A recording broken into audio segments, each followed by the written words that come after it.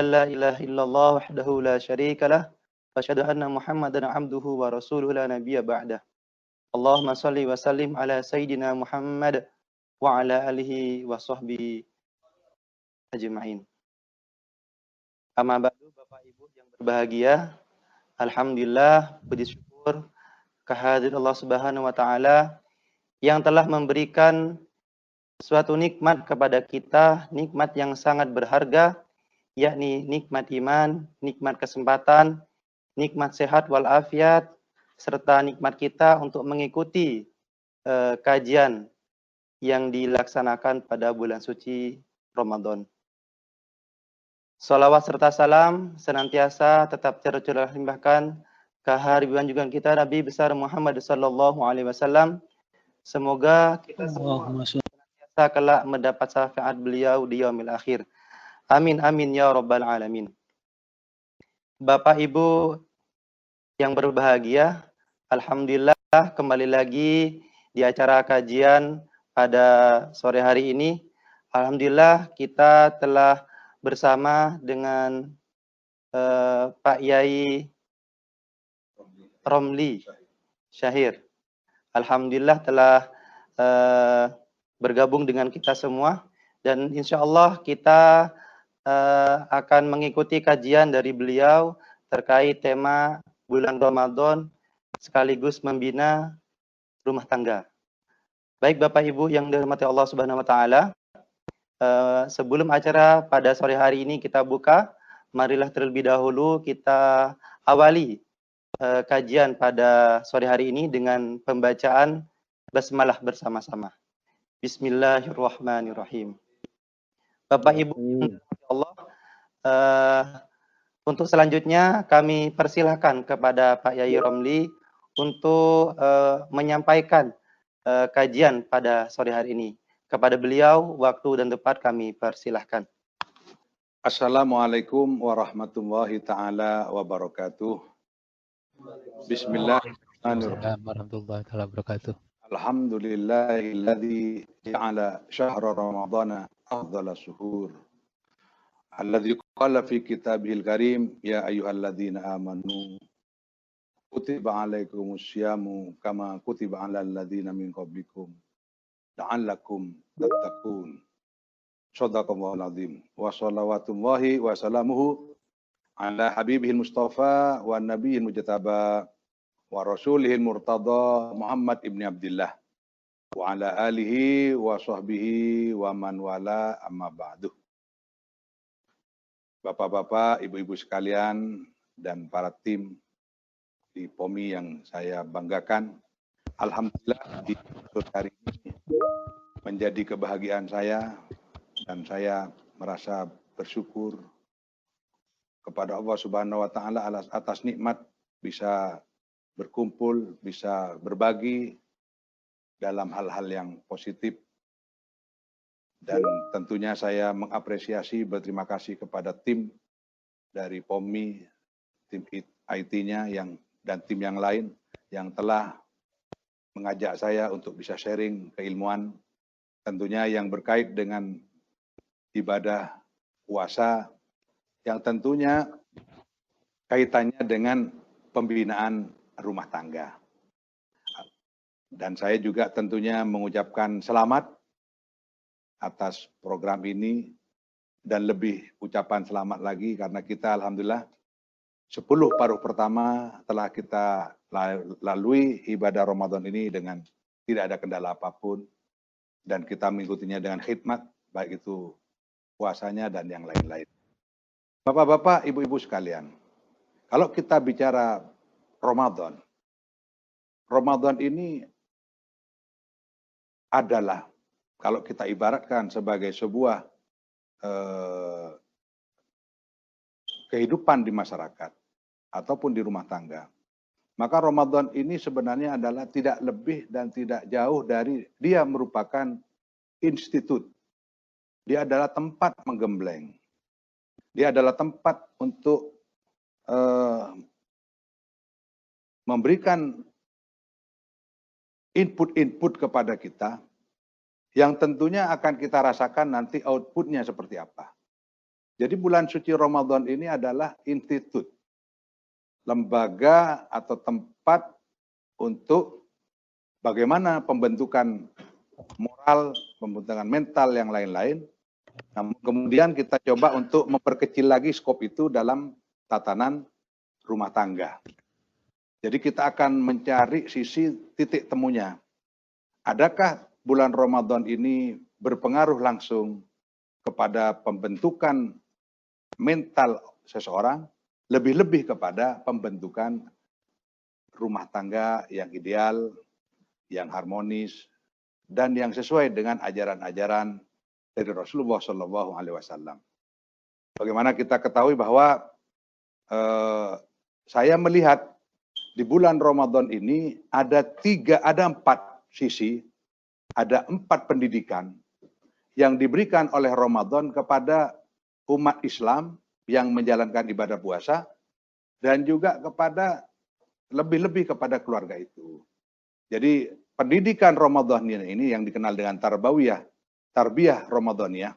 Pendidikan ke-Ramadanan ini, Ramadan ini ada 4 sisi, ada 4 bekal, ada 4 pelajaran yang bisa kita ambil dari bulan Ramadan itu. Yang pertama, Ramadan ini adalah sebagai sebuah institusi untuk berpuasa. Jadi Ramadan ini memang di dalam bulan Ramadan ini ada 4 hal yang diajarkan, terutama bagi keluarga. Yang pertama adalah di bulan Ramadan itu ada puasa. Yang kedua ada taraweh, sholat taraweh. Yang ketiga di Ramadan ada Lailatul Qadar. Dan yang keempat di bulan Ramadan itu ada namanya ibadah zakat fitrah. Nah, keempat ini yang hanya ada di bulan Ramadan. Tidak ada ibadah-ibadah yang lain, yang bulan ini tidak ada di bulan-bulan yang lain. Mari kita bahas satu persatu, yaitu soal puasa. Puasa ini sebagaimana sejalan dengan firman Allah Subhanahu wa taala di dalam surat Al-Baqarah ayat 183, Allah Subhanahu wa taala berfirman, A'udzubillahi minasyaitonirrajim. Bismillahirrahmanirrahim. Ya ayyuhalladzina amanu kutiba alaikumusyamu kama kutiba alal ladzina min qablikum la'allakum tattaqun. Wahai orang-orang yang beriman, diwajibkan kepada kamu berpuasa sebagaimana berpuasa Ramadan maksudnya ini. Sebagaimana puasa itu juga diwajibkan kepada umat-umat terdahulu yang sebelum kalian semua. Nah, sebagaimana kita ketahui bahwa umat-umat terdahulu juga dianjurkan berpuasa. Terutama juga seperti umatnya Nabi Nuh, umatnya Nabi Musa ketika mereka selamat dari kejaran Fir'aun dan yang lain-lain. Kalau kita setback ke belakang, kalau kita lihat sejarah puasa itu, ya umat-umat terdahulu disuruh puasa. Hanya masalah teknis yang berbeda. Nah, Rasulullah sendiri itu awalnya sebelum disyariatkan puasa itu pada tahun kedua dari bulan Hijrah, dan diwajibkan di Madinah. Tahun-tahun sebelumnya Rasulullah selalu mewajibkan sahabat pada waktu itu untuk berpuasa di bulan 10 Muharram atau yang dikenal dengan Asyura. Dan memang pada waktu itu Rasulullah mewajibkan, tetapi ketika sudah turun ayat kewajiban berpuasa di bulan Ramadan di tahun kedua hijrah itu, maka kemudian Rasulullah mengajarkan umatnya untuk berpuasa di bulan suci Ramadan. Nah, karena Ramadan itu berisi puasa, tentunya dalam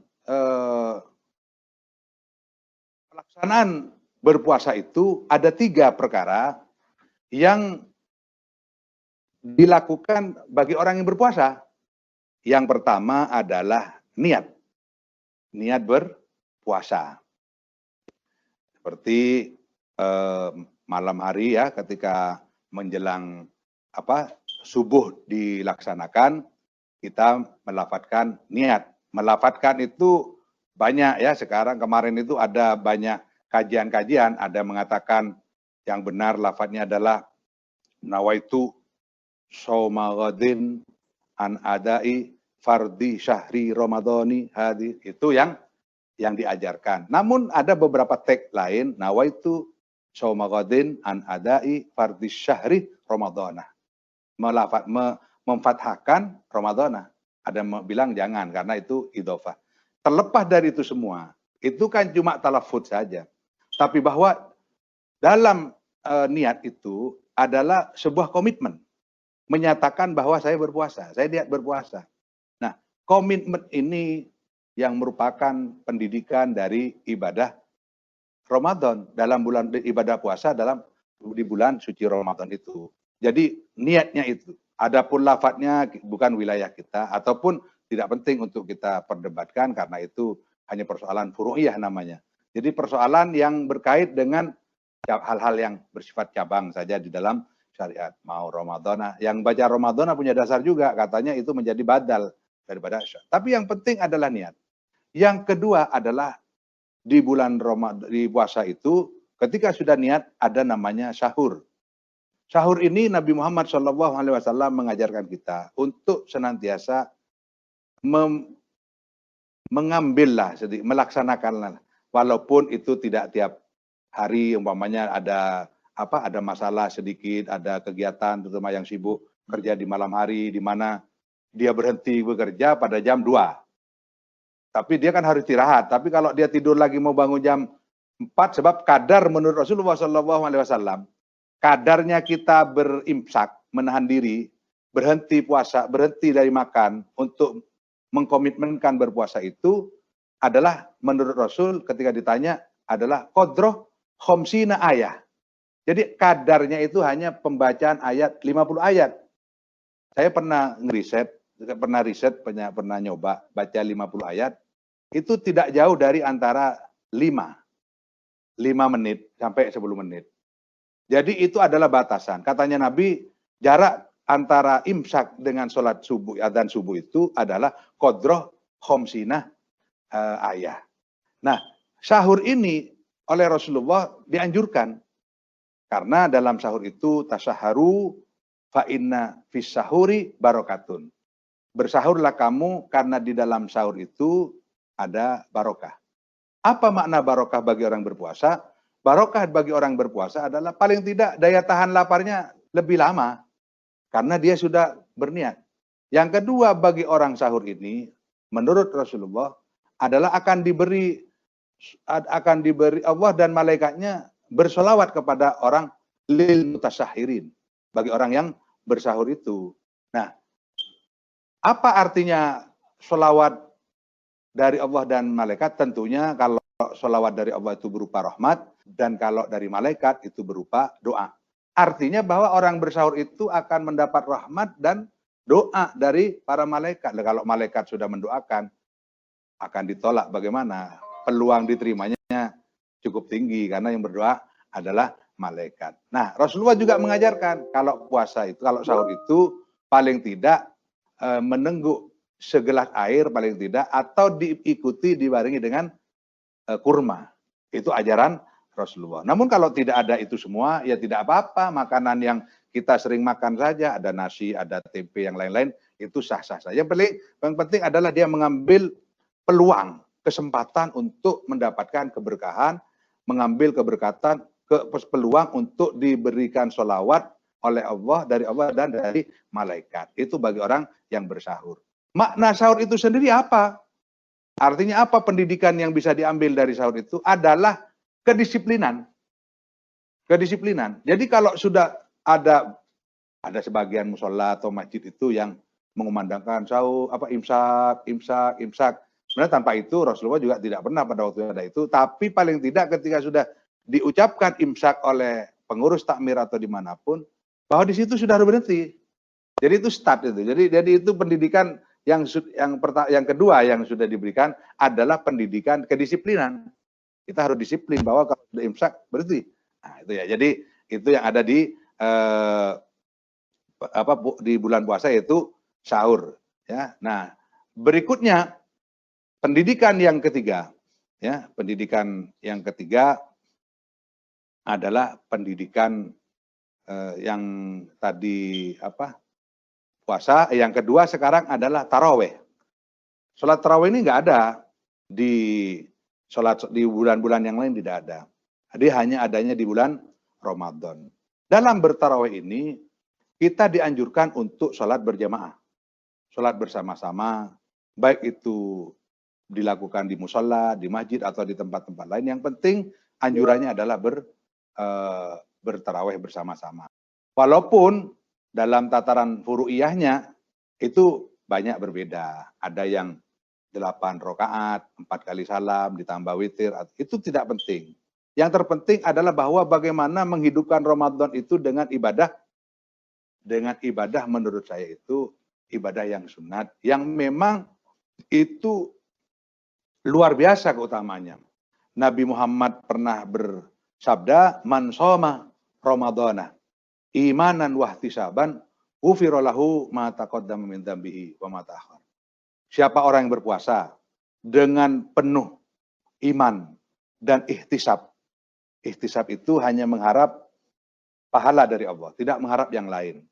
Makanya puasa itu ya hanya Allah yang tahu. Ya, katanya Nabi Muhammad itu itu puasa itu adalah perisai. Nah, dalam hadis yang lain Nabi Muhammad bersabda, "Man qama Ramadhana imanan wa ihtisaban, ghufira lahu." Barang siapa yang bersolat, solat ini maksudnya qoma itu qiyamul lail, itu adalah solat tarawih.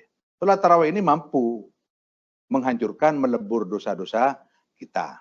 Nah, ya jadi ini termasuk tarbiyah yang diajarkan oleh bulan Ramadan. Yang kedua adalah sholat taraweh, di mana di dalamnya itu berisi anjurannya adalah berjamaah. Artinya pendidikan bagi keluarga itu adalah bagaimana membangun kebersamaan, baik itu si suami maupun si istri. Ini yang kedua. Saya kembali kepada yang pertama tadi, agak lupa. Jadi yang pertama puasa itu niat, sahur, dan di tengah-tengah dalam sahur itu ada namanya iftar, berbuka puasa. Nah, di antara sahur dan iftar itu ada jeda waktu yang cukup lama ini. Dan ini momen-momen yang sangat krusial, yaitu momen-momen yang membutuhkan ya kadang lelah, lapar, haus, capek, kadang-kadang kesel. Nah, apa ajarannya di sini? Kok begitu lama ini sehingga berpotensi besar untuk melahirkan sikap yang mungkin menjengkelkan dan yang lain-lain, rasa lapar, haus. Nah, di situ ada di tengah-tengah ini masa di mana manusia dituntut karena banyaknya pekerjaan, banyaknya tugas atau aktivitas itu membuat kemudian agak sedikit naik, tensinya naik. Maka kemudian Rasulullah mengajarkan ketika naik itu, Rasulullah bersabda, "Asyamu junnatun." Puasa itu perisai.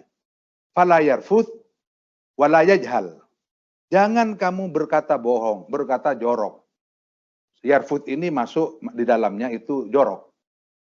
Masuk juga di dalamnya adalah bohong, yarfuth. Wala yajhal. Dan jangan berlaku destruktif. Berlaku sifat-sifat seperti sifatnya orang jahiliyah. Nah, itu mau menangnya sendiri dan mau menang. Fa'idha wa ini mru'atun, wa ini mru'un, wa ini mru'un. Syatamahu au qatalahu falyakul inni shaimun, inni shaimun 2 kali, marrataini kata Rasulullah. Hadis ini sahih. Jadi kalau ada puasa itu asyamu junnatun, puasa itu adalah perisai.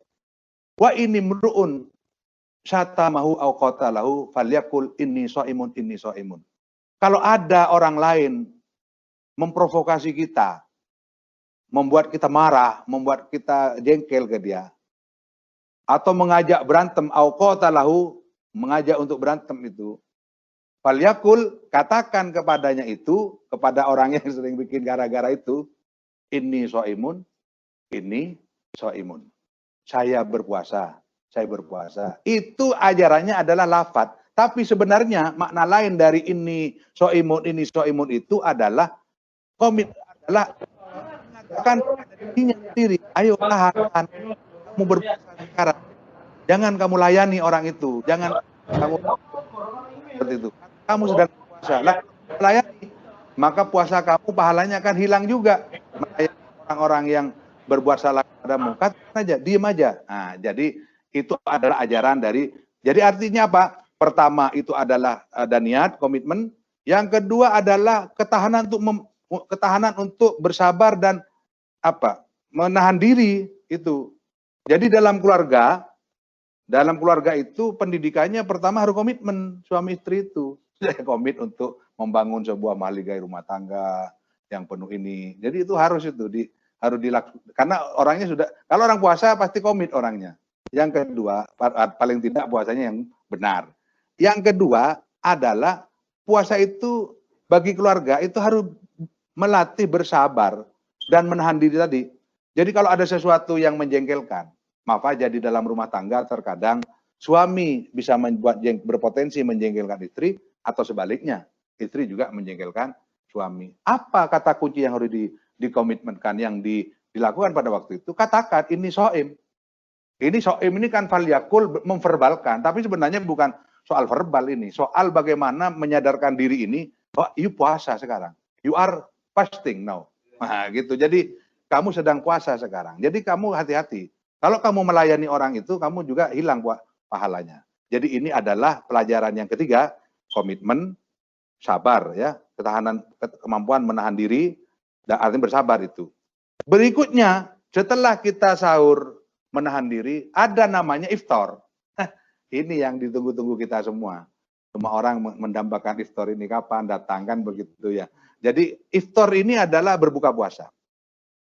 Jadi ketika sudah penantian lama, dari semenjak sholat subuh, dari imsak itu sampai maghrib, ini kan masa penantian yang panjang. Belum lagi saya tidak tahu di berbagai negara katanya ada yang puasanya lebih lama dari kita. Ya di Eropa katanya, kayak di Soviet kayaknya, itu Rusia itu lebih lama. Ada yang lebih pendek. Nah artinya bahwa sesulit apapun, selama-lamanya juga persoalan hidup, masalah hidup itu pasti ada harapan baik, yaitu berbuka puasa itu, ya minum, makan. Makanya itu masa-masa yang krusial, masa-masa yang dinantikan, sebab di situ juga masa yang membuat orang itu bahagianya minta ampun, tidak bisa diungkapkan dengan kata-kata. Makanya Rasulullah bersabda, lishaimi farhatani. Bagi orang yang berpuasa itu ada dua farhah. Dua kebahagiaan. Apa? Farhatun indal iftar wa farhatun indal liqa'i rabbih. Kebahagiaan ketika berbuka puasa dan kebahagiaan ketika dia bertemu dengan Tuhannya. Sebab kita sebagaimana ketahui bahwa di surga itu ada satu pintu ya, main gate lah istilahnya ya. Ada main gate name it Royan. Jadi yang diberi nama dengan Royan. Daidulu ila shaimun, yang hanya bisa dimasuki oleh orang-orang yang berpuasa. Artinya apa? Kita setelah berlapar-lapar, setelah kita lalui dengan kecapean, kepenatan yang lain-lain, hadir yang namanya iftar. Nah, iftar ini pelajarannya apa? Bahwa iftar ini harus disegerakan. Ya, disegerakan. Artinya nggak boleh kita nunggu. Kalau ada beberapa kelompok, katanya sisi A di Irak itu, saya juga lama di Irak dulu 8 tahun. Jadi mereka itu bukanya itu sampai hatta yatabayyana lakumul khaitul abyad minal khaitil aswad. Sampai mendung ini mega ini di sore hari itu betul-betul gelap. Jadi orang Syiah itu makannya menjelang Isya. Mereka. Padahal menurut Rasul enggak. Jadi kalau bersahur itu diakhirkan karena menunggu waktu barokah, kalau berbukanya disegerakan, cepat dibatalkan. Ini apa artinya? Pelajaran yang diajarkan oleh Rasulullah SAW bahwa pada setiap kesulitan di situ ada kenikmatan. Jadi inna ma'al usri yusron. Seperti sekarang kasus corona, pandemi yang sudah berlangsung hampir 1 tahun lebih ini. Jadi pada setiap pandemi, ini maaf ya, ayat itu bukan mengatakan inna ba'dal usri yusron, bukan. Inna ma'al usri yusron. Sesungguhnya bersama dengan kesulitan itu ada kemudahan, ada kenikmatan. Ya, jadi menggunakan kata ma'ah. Ma'ah dengan ba'da berbeda. Kalau ma'ah itu kan with. Kalau ba'da itu mungkin after. Ya, but after difficulty, nah begitu ya. Jadi setelah kesulitan itu ada kemudahan. Nah, kalau ini enggak, sesungguhnya bersamaan kesulitan itu ada kemudahan. Artinya begini, oke lah kita mengatakan ma'ah atau ba'da. Setelah kita bercakit-sakit, setelah kita berhaus-haus dan berdahaga-berdahaga, ada masanya. Jadi pada setiap kesulitan itu pasti ada jalan keluar. Nah, ini harus disadari dalam rumah tangga. Sesulit apapun rumah tangga, sesulit apapun kita mendidik anak, sesulit apapun ekonomi, sesulit apapun jabatan atau masalah-masalah yang ditimbul akibat jabatan kita itu pasti akan ada ending. Jadi ada ending. Sebab kan ada endingnya puasa itu. Nggak bakal puasa itu 24 jam. Ya. Nah itu ya, jadi akan ada endingnya. Nah endingnya itu happy ending ini. Ya. Ini apa artinya? Puasa itu mengajarkan optimisme. Optimisme yang kalau dalam bahasa lain itu roja.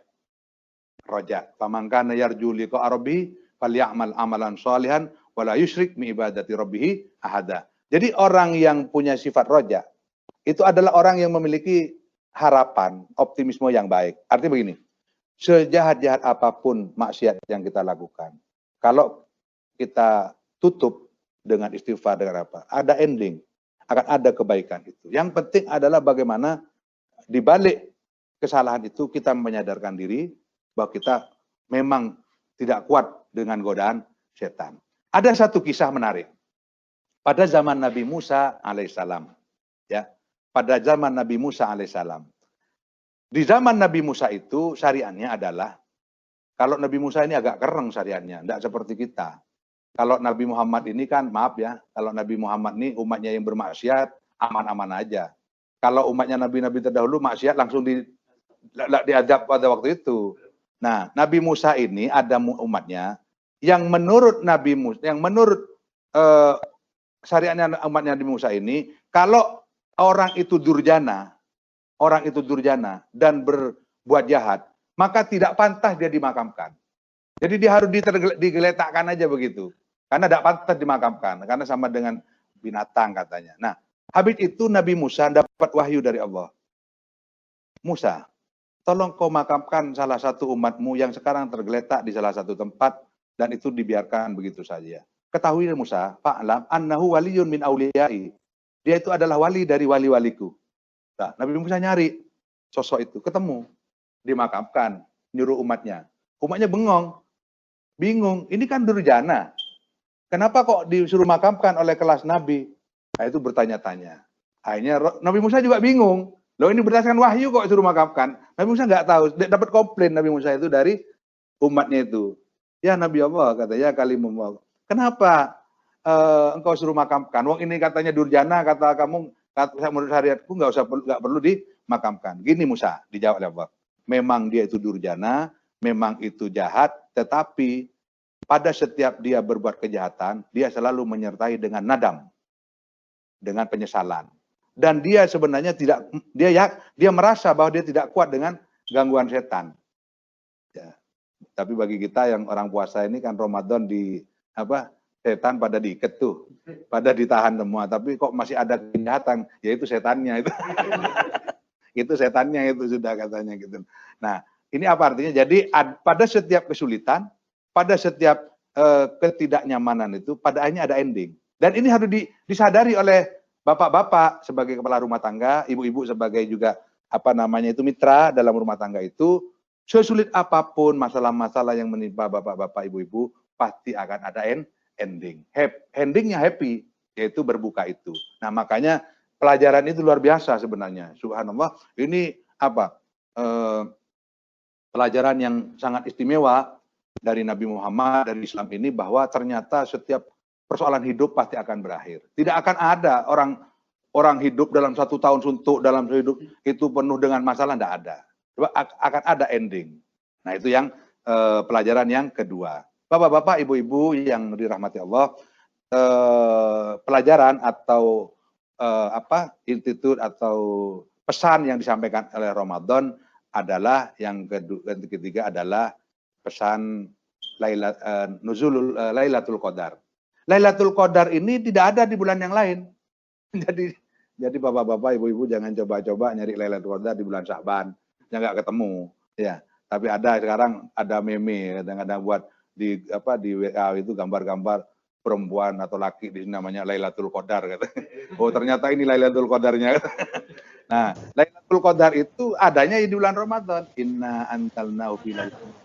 Sesungguhnya kami turunkan di bulan Ramadan itu apa yang namanya Lailatul Qadar. Wa ma adraka ma Lailatul Qadar. Tahukah kamu apa Lailatul Qadar? Lailatul Qadri khairum min alfi syahrin.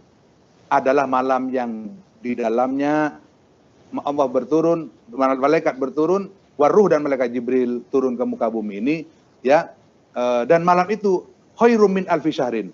Lebih baik dari 1000 bulan atau 83 tahun 4 bulan. Nah, apa yang kita bisa petik dari Lailatul Qadar ini? Lailatul Qadar ini mengajarkan intinya kepada keluarga, anak-anak kita, bahwa Lailatul Qadar ini adalah upaya untuk mencari kebaikan. Kan begitu. Makanya apa tarbiyah yang bisa diambil adalah positif effort, berpikir orientasi mencari hal-hal yang positif. Nah, kepada anak-anak kita, di mana positif effort oriented ini, orientasi yang berbasis pada hal-hal positif. Jadi bahwa Allah dan Nabi Muhammad mengajarkan kepada kita, ayo cari yang ada sesuatu yang luar biasa di bulan Ramadan, yang itu luar biasa. Satu, ibadah di dalamnya lebih baik daripada 1000 bulan. Yang kedua, tanazzalul malaikatu warruhu fiha. Bin rabbihim min kulli amrin salamun hiya tamatul fajr. Nah, ini adalah malam Lailatul Qadar. Lailatul Qadar ini adalah ajarannya pada setiap kita, pada setiap keluarga atau dimanapun, bahwa kita harus ada satu upaya untuk mengupayakan yang berbasis kebaikan. Yang orientasinya adalah orientasi kebaikan. Tapi pertanyaannya adalah, apa ada orang yang tidak berorientasi kebaikan? Mungkin ada, andaikan tidak ada Lailatul Qadar, ada. Sebab apa? Di malam Lailatul Qadar, sebab orang kalau, maaf aja ya, kalau orang jahat atau orang yang sudah tidak bernurani, itu pasti pikirannya adalah kejahatan. Dan orientasi pikirannya jahat. Makanya Syekh Abdul Qadir Al-Jailani membagi manusia ini ada 4 macam. Ya, Syekh Abdul Qadir Al-Jailani membagi manusia itu ada 4 macam. 2 perlu diikuti, 2 jangan diikuti, 2 wajib diikuti. Ya, gitu lah. Jadi yang 2 jangan diikuti, yang 2 boleh diikuti. Apa saja kategori manusia menurut Syekh Abdul Qadir Al-Jailani? Yang pertama, manusia itu la lisanun wala laisa lahu qalbun. Manusia yang tidak punya lidah dan tidak punya nurani.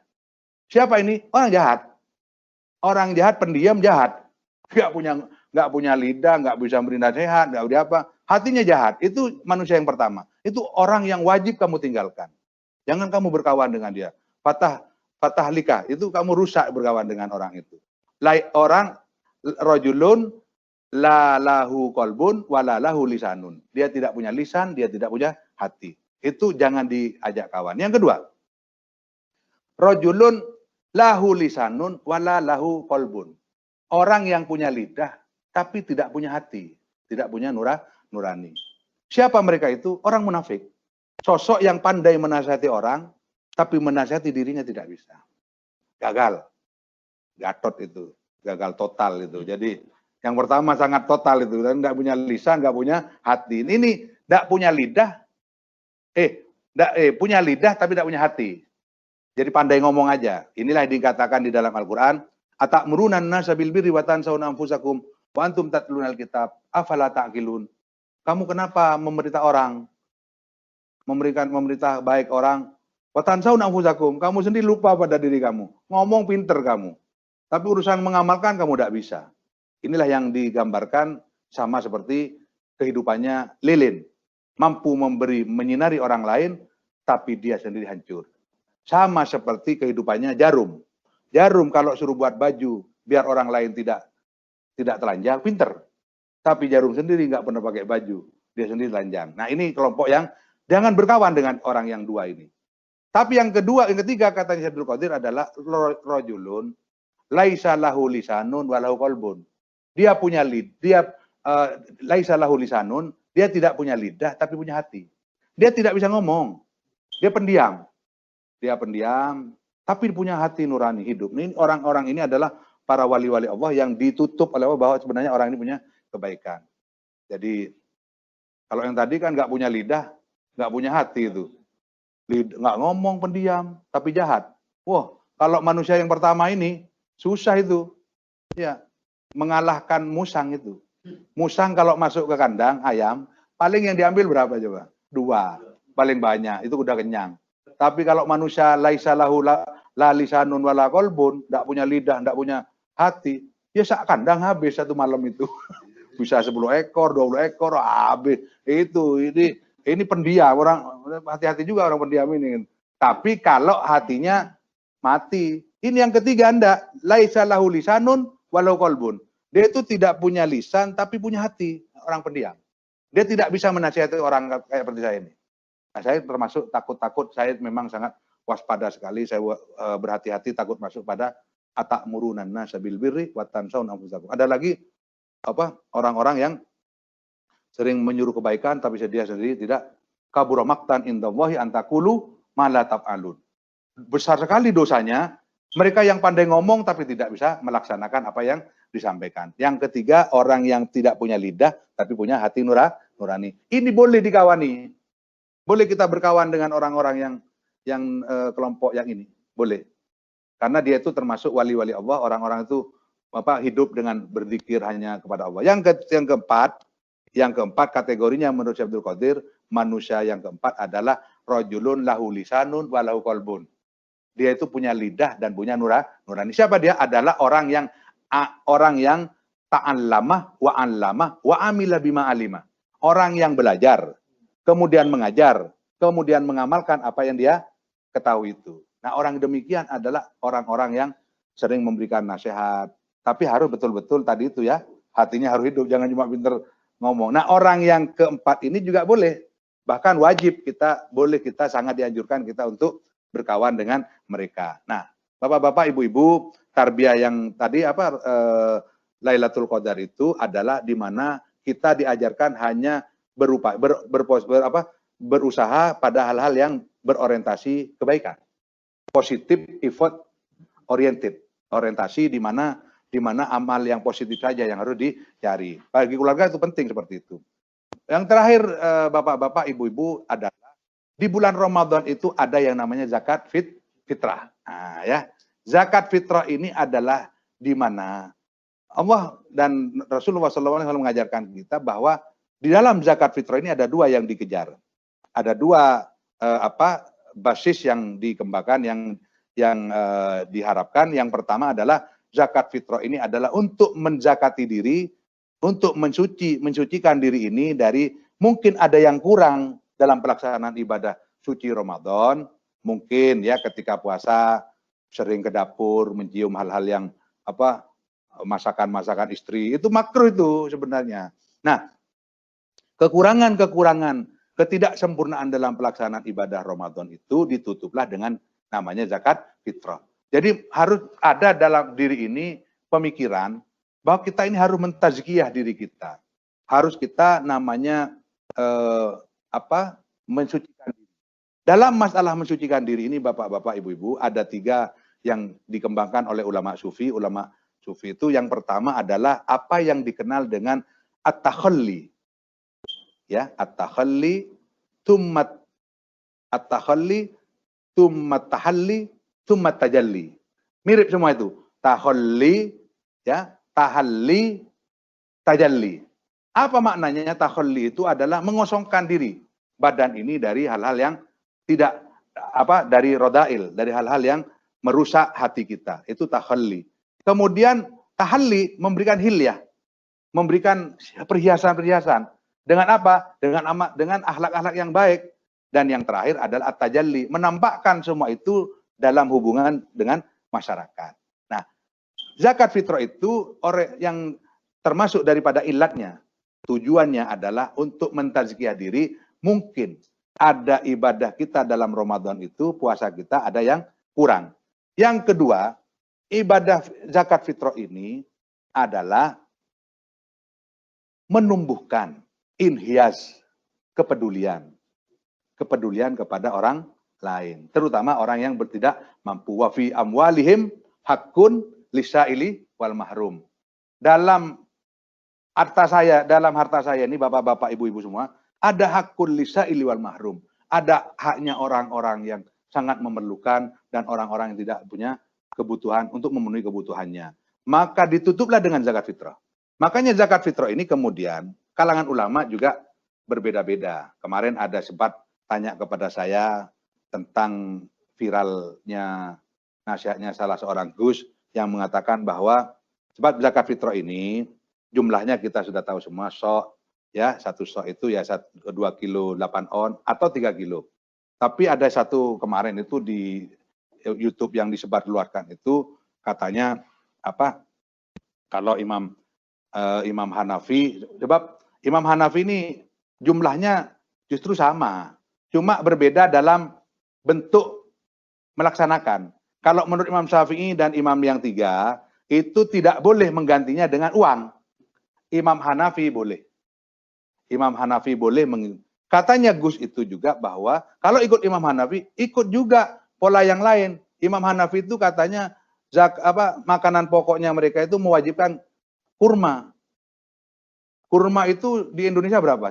Dan harus 4 kilo. Nah itu yang perlu saya luruskan. Tidak. Imam Hanafi itu tidak kurma, tidak harus kurma Imam Hanafi itu. Jadi apa saja yang menguatkan kutul balad itu boleh. Jadi kita enaknya ikut Hanafi itu kita sudah bisa pakai uang. Ada beberapa orang yang sudah banyak berasnya. Orang miskin sampean tetangga kanannya beras, tenaga depannya beras. Mau dapat beras dijual lagi dapat uang, kan mending kita kasih uangnya. Nah, ikut Imam Hanafi ini boleh.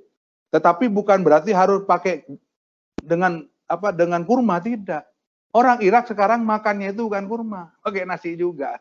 Selama saya 8 tahun di sana malah lebih banyak makan nasi orang Irak saya lihat daripada makan gandum. Ya artinya bahwa boleh juga ini, dan tidak wajib, tidak harus dengan kurma. Tidak harus kurma, kurmanya 4 kilo katanya. Dan kurmanya harus kurma ajwa. Ajwa 50.000, 50 kali 4 200.000.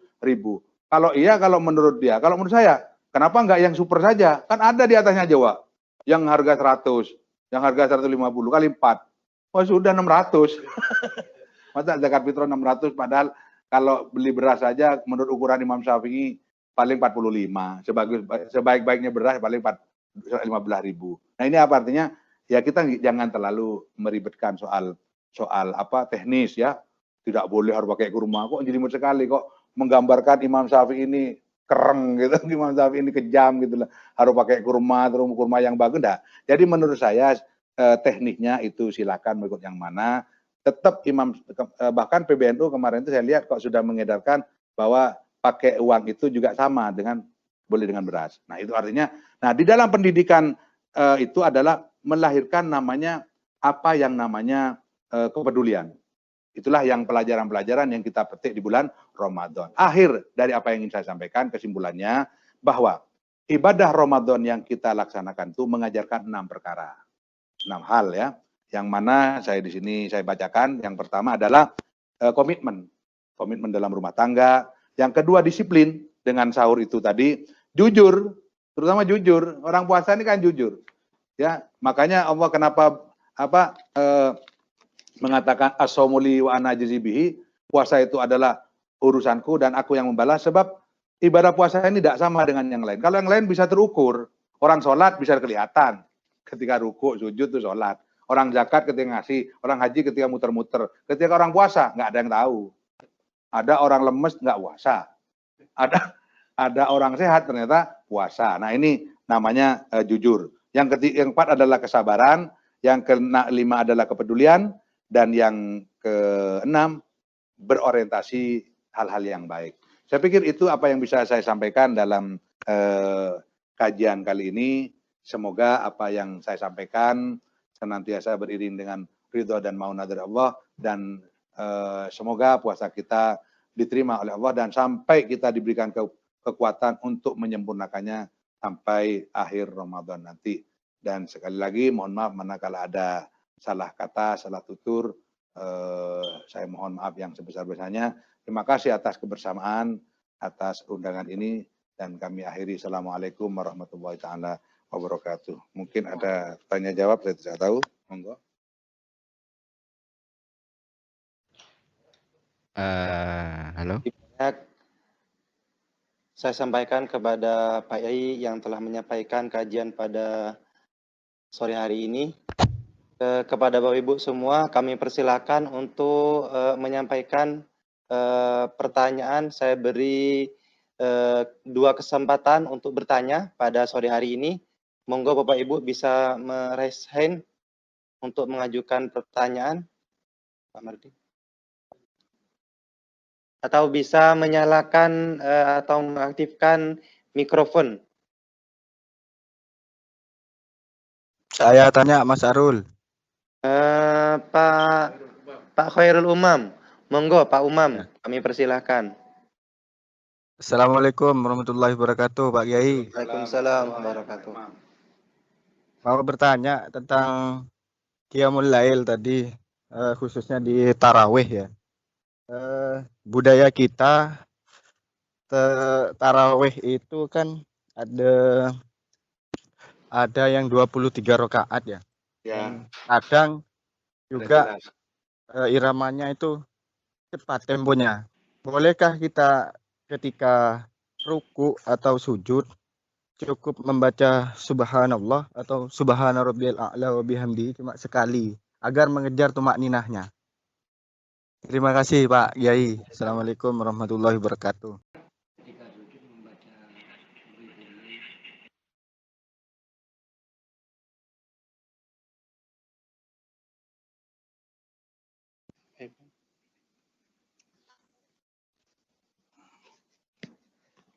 Ya, terima kasih. Terkait dengan soal yang saya tangkap cuma sepertinya ada 2 ya pertanyaannya. Yang 23 rakaat ya. Dengan yang soal itu ada khilafiyah ya. Yang 8 mereka juga punya prinsip, punya pendapat. Itu saya pikir kita menghormati atas perbedaan itu. Ya, kita tidak perlu memberuncing perbedaan itu. Yang saya pikir 8 plus 3 salam plus 3 witir itu juga punya dasar, dan itu juga benar. Yang 23 tambah witir itu dengan witirnya itu adalah juga benar. Jadi tidak perlu mempermasalahkan itu, semuanya sama-sama punya dasar. Yang tidak benar mungkin menurut saya adalah mereka yang tidak sholat tarawih itu. Jadi tidak ikut tarawih tapi lama-lama. Kemudian masalah bacaan. Masalah bacaan ketika memang kesempurnaan sholat itu. Kan kita lihat itu rukun ya. Dalam sholat itu kan ada rukun, ada wajib, ada sunnah, dan yang lain-lain.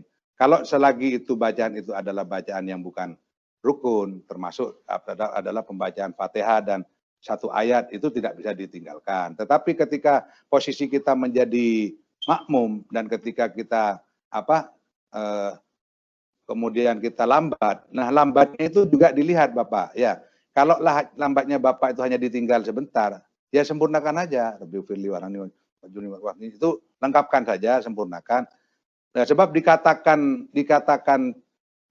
lambat ngikuti imam itu ketika 1 kefarduan itu sudah tertinggal jarak 1 kefarduan. Contoh, imam itu sudah sudah naik ke atas, dia berlama-lama di ruku di sujud. Nah, ini juga itu yang tidak boleh. Kalau cuma sekedar hanya lambat sebentar itu tidak masalah.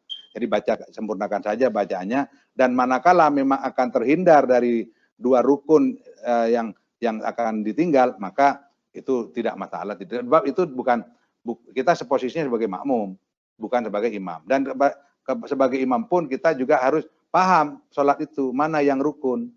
Ya, sebab kita membaca seperti dalam sujud itu dianjurkan 3 kali membaca Subhan Rabbiyal Azim ya, dalam ruku, Subhan Rabbiyal A'la dalam sujud. Itu idealnya 3.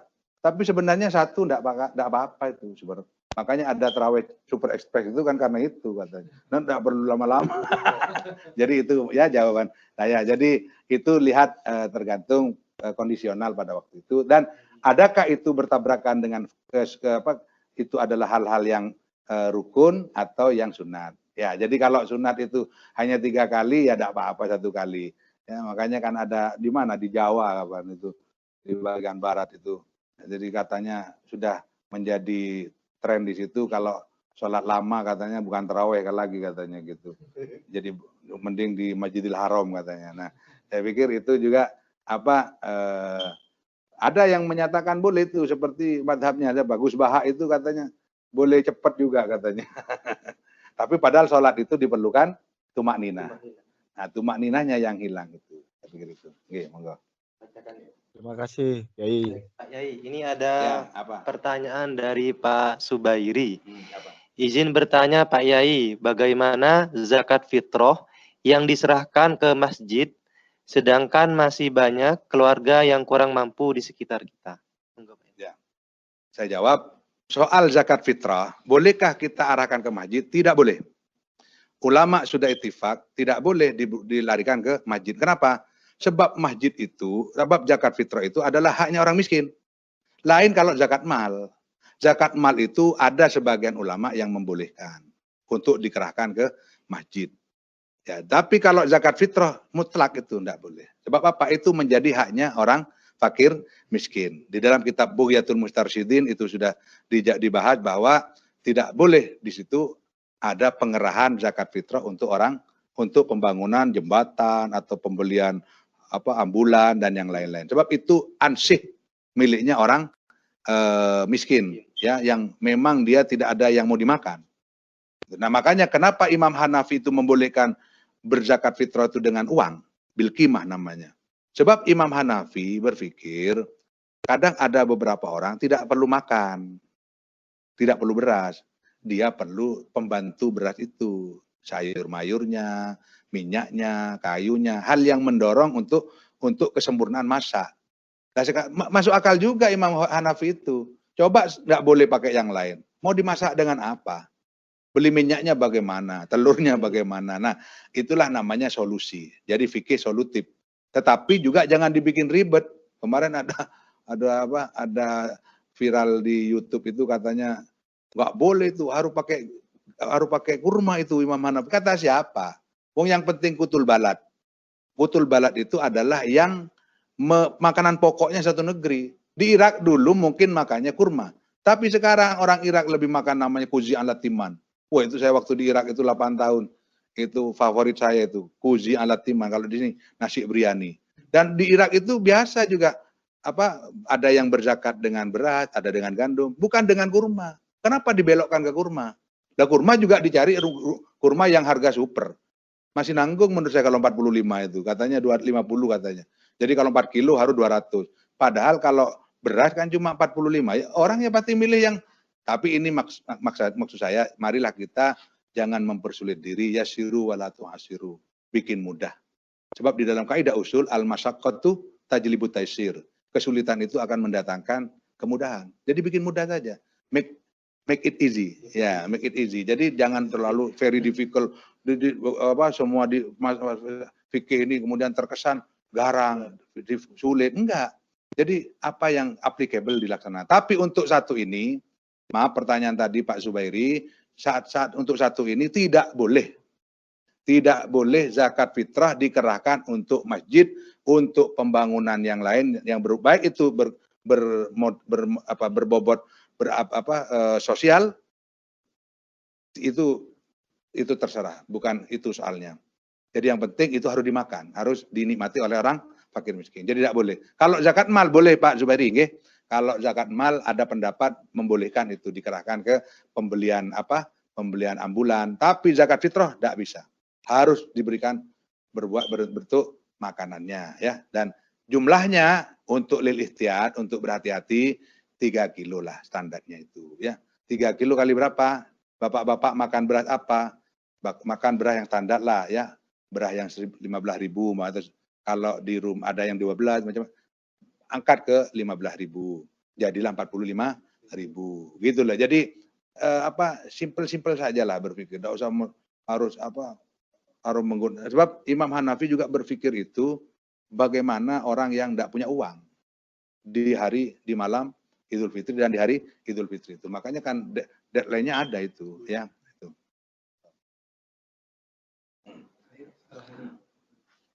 Baik, pertanyaan terakhir kepada Bapak Sukri, kami persilahkan untuk mengajukan pertanyaannya. Pak Sukri, Kiai. Assalamualaikum, Kiai. Lama nggak ketemu ini, Kiai. Iya, Pak Yai. Iya, ini Pak Yai. Iya, Pak Yai. Saya mau nanya masalah witir, Pak Yai.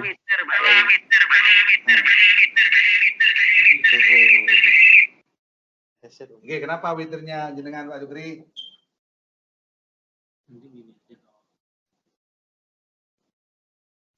Masih di mute Pak suaranya Pak.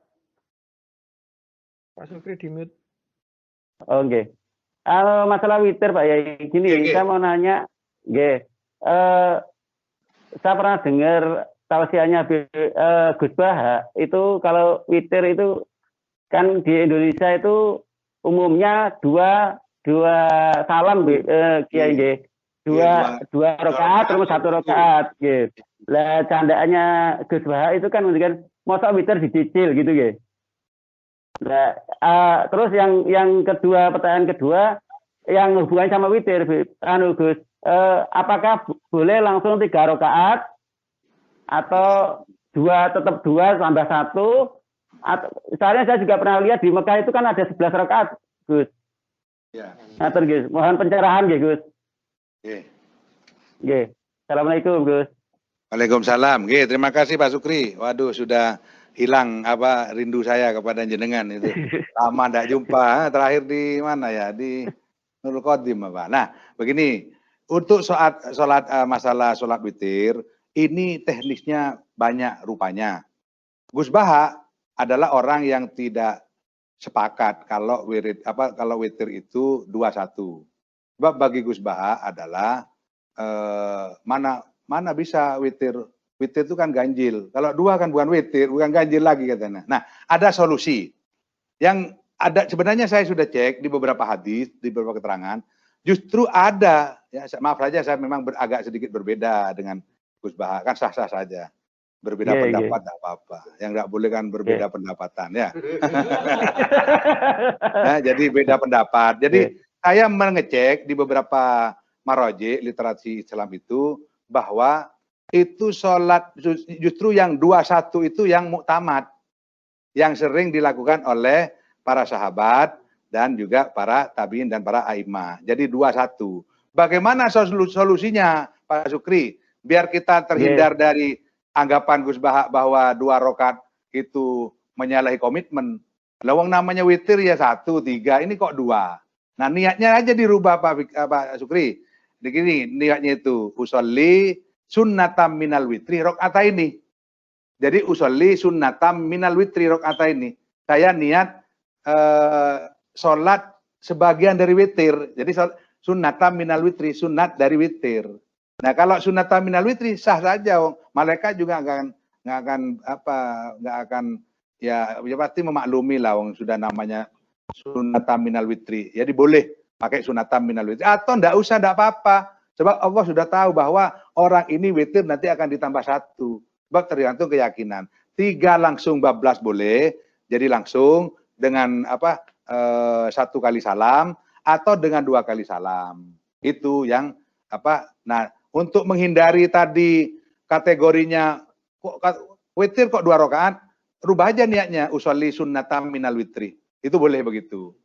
Ataupun tetap aja sebagaimana yang sudah kaprah kita lakukan, usolli sunnatal witri rakaataini, kan pasti kan sudah tahu toh. Jadi karena sudah diketahui, kecuali kita ngibulin usolli sunnatal witri pakai 2, habis itu 1-nya nanti kapan-kapan malaikat. Ya itu Pak Sukri, usolli sunnatam minal witri rakaataini ada mutaqabilal qiblati lillahi. Yang berikutnya usolli sunnatar usolli sunatan rokaatal fitri gitu. Jadi itu jalan tengah. Jalan tengah ketika kita Nggih. kita macam bimbang. Kok witir 2 rakaat? Nah, sunatan minal witri aja, ya. Jadi yang kedua usolli sunatan rakaatal fitri, gitu, rakaatal witri. Jadi itu yang 2 langsung 1 kali salam boleh. Tapi saya melihat dari berbagai pilihan itu, menurut keterangan kitab yang saya baca itu justru yang 21 yang muktamad. Imam Syafi'i justru sering 21. Imam Syafi'i sendiri 21, ya. Imam Ahmad itu 1 kali salam. Beliau itu. Jadi hal-hal seperti ini soal furu'iyah saja. Soal cabang daripada fikih yang tidak perlu dipertajam, tetapi tekniknya harus diatur, Pak Sukri, nggih. Tekniknya itu harus diatur. Nggih, monggo. Terima kasih. Nggih, matur suwun nggih. Assalamualaikum. Waalaikumsalam warahmatullahi wabarakatuh. Baik Bapak Ibu yang dari mata Allah, terima kasih banyak yang telah bertanya pada sore hari ini. Mohon maaf Bapak Ibu yang tidak ada kesempatan untuk bertanya karena kita ada keterbatasan waktu di sini. Semoga kita bisa berjumpa di lain waktu Bapak Ibu semanggi. Sebelumnya kami ucapkan terima kasih kepada Bapak Ibu yang telah bergabung di acara kajian sore pada bulan suci Ramadan kali ini. Mudah-mudahan apa yang telah kita terima, ilmu yang kita telah terima menjadi ilmu yang bermanfaat, ilmu yang barokah di dunia wal akhirah. Amin amin ya rabbal alamin. Dan terakhir sebelum kita tutup acara pada sore hari ini, kami persilakan kepada PAI, memohon Pak Yai untuk doa bersama. Oh ya. Monggo. Bismillahirrahmanirrahim. Alhamdulillahirabbil alamin. Allahumma shalli wa sallim ala sayyidina Muhammadin wa ala alihi wa sahbihi ajmain. Allahumma rabbana taqabbal minna wudu'ana wa salatana wa siyamana wa qiyamana wa ruku'ana wa sujudana wa tahmidana wa tamjidana wa tasbihana wa tahlilana wa takhussu'ana wa tammim taksirana wa la tadrib biha wujuhana. Ya Allah ya Allah ya rabbal alamin. Allahumma ij'al jam'ana hadza jam'an marhuman wa tafarruqana min ba'di tafarruqan ma'suman bi jahi sayyidina Muhammadin sallallahu alaihi wasallam. Tahassana bidil izzati wal jabarut wa atasamna bi rabbil mulki wal malakut wa tawakkalna 'alal hayyil ladzi la yamut. Isrif anna hadzal bala wal waba corona innaka ala kulli syai'in qadir. Allahumma arham umat Muhammad, Allahumma aslih umat Muhammad, Allahumma ansur umat Muhammad, Allahumma farij an umat Muhammadin sallallahu alaihi wasallam. Ya Rabbil Mustafa balligh maqasidana waghfir lana ma madaya wa syang karami. Sallallahu alaihi Muhammadin subhana rabbika rabbil izzati amma yasifun wa salamun alal mursalin walhamdulillahi rabbil alamin. Bismillahil Fatihah.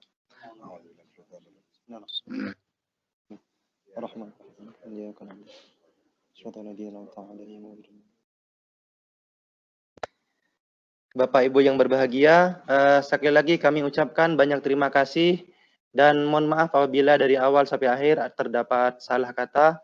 Kami mohon maaf yang sebesar-besarnya. Akhirul kalam. Assalamualaikum warahmatullahi wabarakatuh. Waalaikumsalam warahmatullahi wabarakatuh.